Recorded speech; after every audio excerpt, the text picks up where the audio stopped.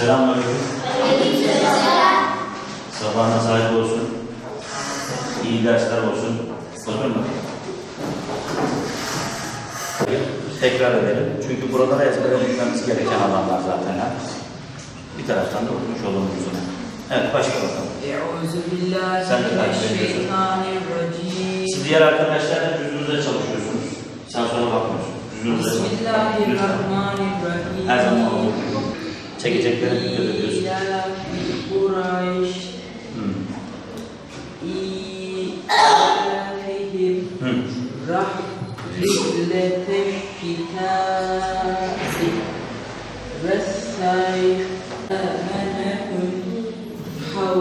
Min havf.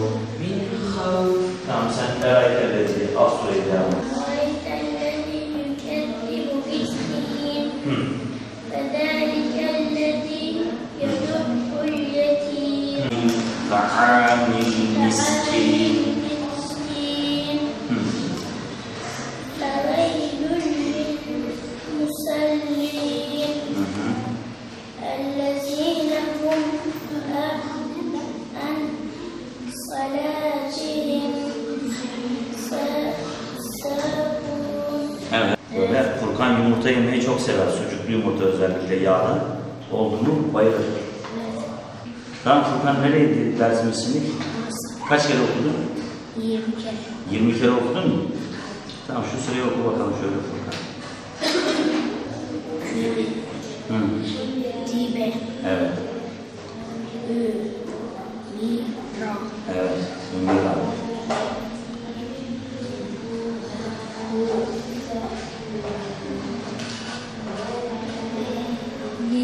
Evet.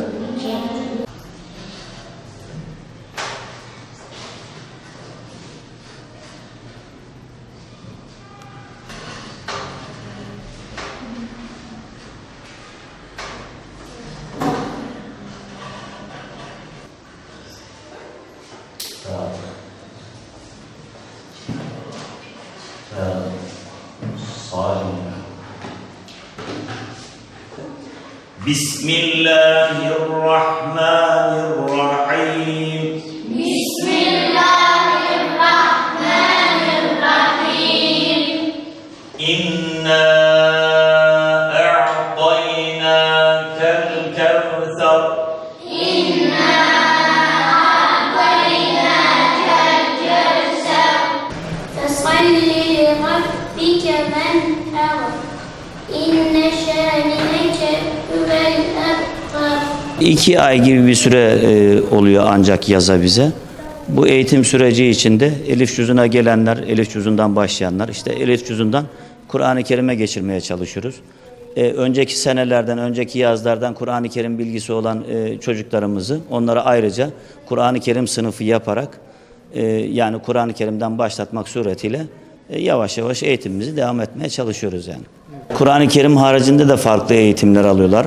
Mesafe kat etmelerde tabii yaz sezonu olmasıyla, tatil sezonu olmasıyla birlikte bize devamlı gelebilen çocuklar, yani bu sürenin tamamını bize gelenler epey yol kat ediyorlar. Epey bir mesafe onlarla alıyoruz.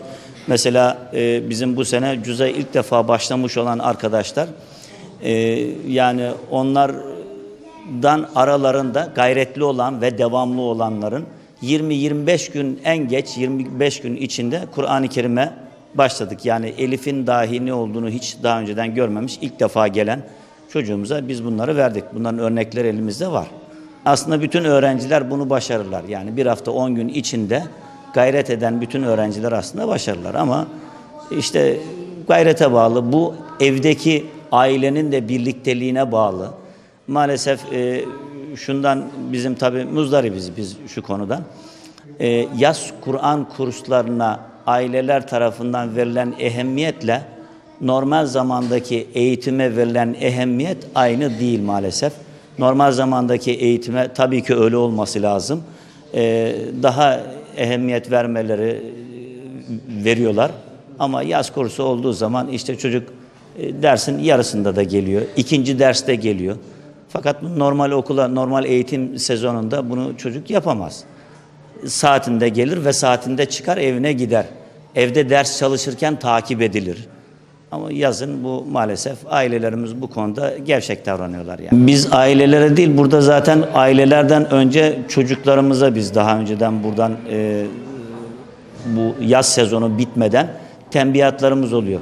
Bakın çocuklar, şimdi işte Ağustos'un 17'sinde 15'inde bu kurslar bitecek. İşte son haftasına geliyorsunuz. Özellikle Kur'an-ı Kerim'e geçen arkadaşlarımız lütfen, camimiz hemen burada, yakındasınız, geliyorsunuz, mahallenizde zaten. Akşam yatsı arası hiç değilse Kur'an-ı Kerim'e geçip de Kur'an'ı belli bir mesafe olan çocuklarımıza gelin size devam edelim diye telkinde sürekli bulunuyoruz. Son haftada da zaten aileleri toplayıp bu konuda ailelere de tembihatta bulunacağız. Artık gönderenler gelirse biz bu fedakarlığı yapıyoruz yani. Bizim için fark etmez. Gelsinler, her zaman çocuklarını okutmaya, eğitmeye devam ederiz yani.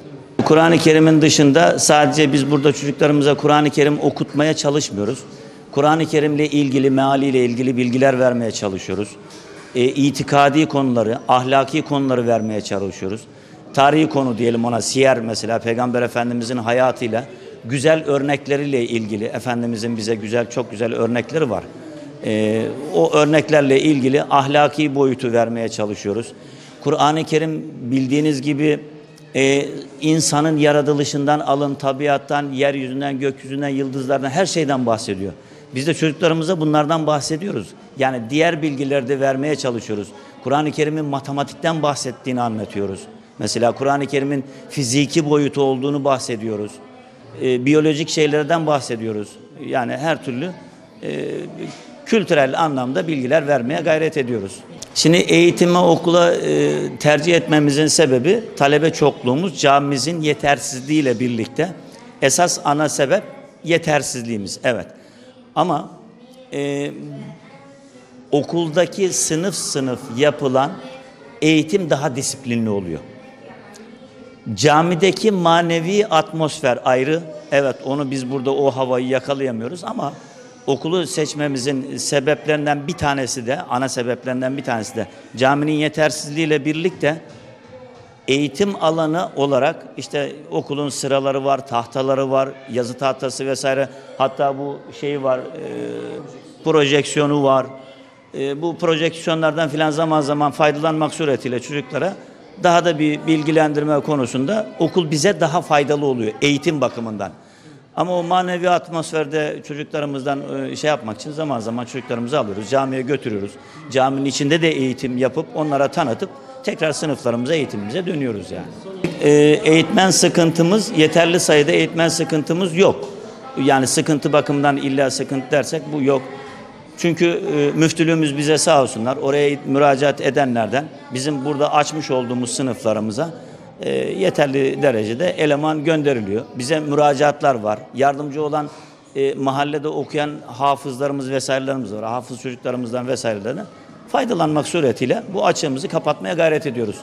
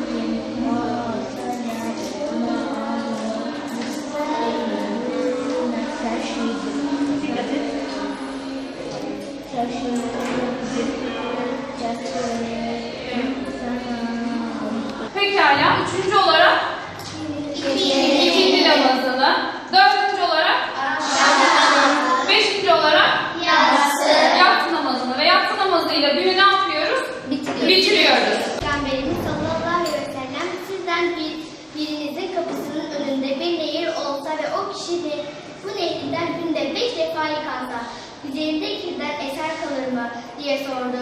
Dinleyenler üzerinde hiç kir kalmaz ey Allah'ın Resulü diye cevap verdiler. Bunun üzerine Peygamberimiz işte 5 vakit namazda buna benzer. Allah namazla günah ve hatalarını siler buyurdu. İnsan abdest olursa temiz kalır. Hep temiz kalır. Pekala başka? Fatma? Günahlarından temizlenir. Çok güzel. Selen?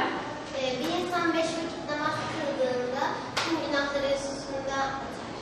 Evet. Çok güzel. Öyle değil mi? Nasıl ki evimizin önünde bir nehir var ve biz o nehirden 5 vakit faydalanıyoruz. O nehirden 5 vakit su alarak yıkanıyoruz. İnsanın üzerinde bir kir kalır mı 5 vakit yıkanırsa? Kalmaz. Bu bir maddi temizliğe örnek vererek manevi temizliğe işaret etmiş Peygamber Efendimiz değil mi? İşte insan da günde 5 vakit namaz kıldığı zaman tüm manevi kirlerden arınır. Hadis-i şerifte bunu vurguluyor. Birinciyi kim yapmak ister? Rana?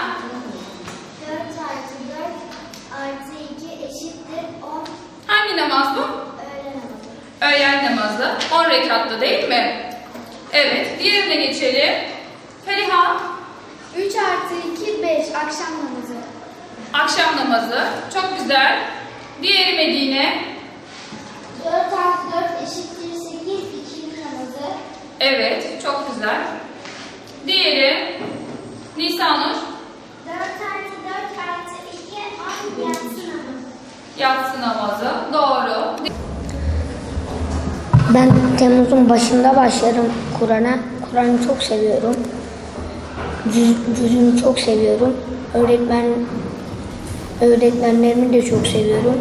Herkesin Kur'an-ı Kerim öğrenmesini istiyorum. Kur'an-ı Kerim bilmeyenlere, ders almayanlara da Kur'an öğrenmelerini tavsiye ediyorum.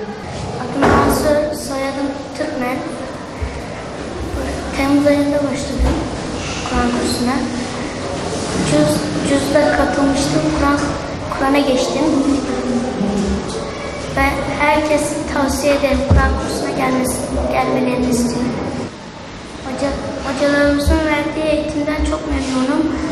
O yüzden kısa süreliğinde hemen Kur'an'a geçmeyi başardım. Adı Denizcan, soyadım Uzungördü. 4. sınıfa geçtim. Kur'an kursu başlamaz ve Kur'an'a katıldım. Cüzden başladım. Bugün de Kur'an'a geçtiğim için çok mutluyum. Hocalarıma çok teşekkür ediyorum. Hocalarımı çok seviyorum. Kur'an-ı Kerim'e geçtiğim için çok mutluyum. Bu mutluluğun herkesin yaşamasını isterim. En yakın zamanda bir Kur'an kursuna gitmeleri tavsiye ederim. Tamam.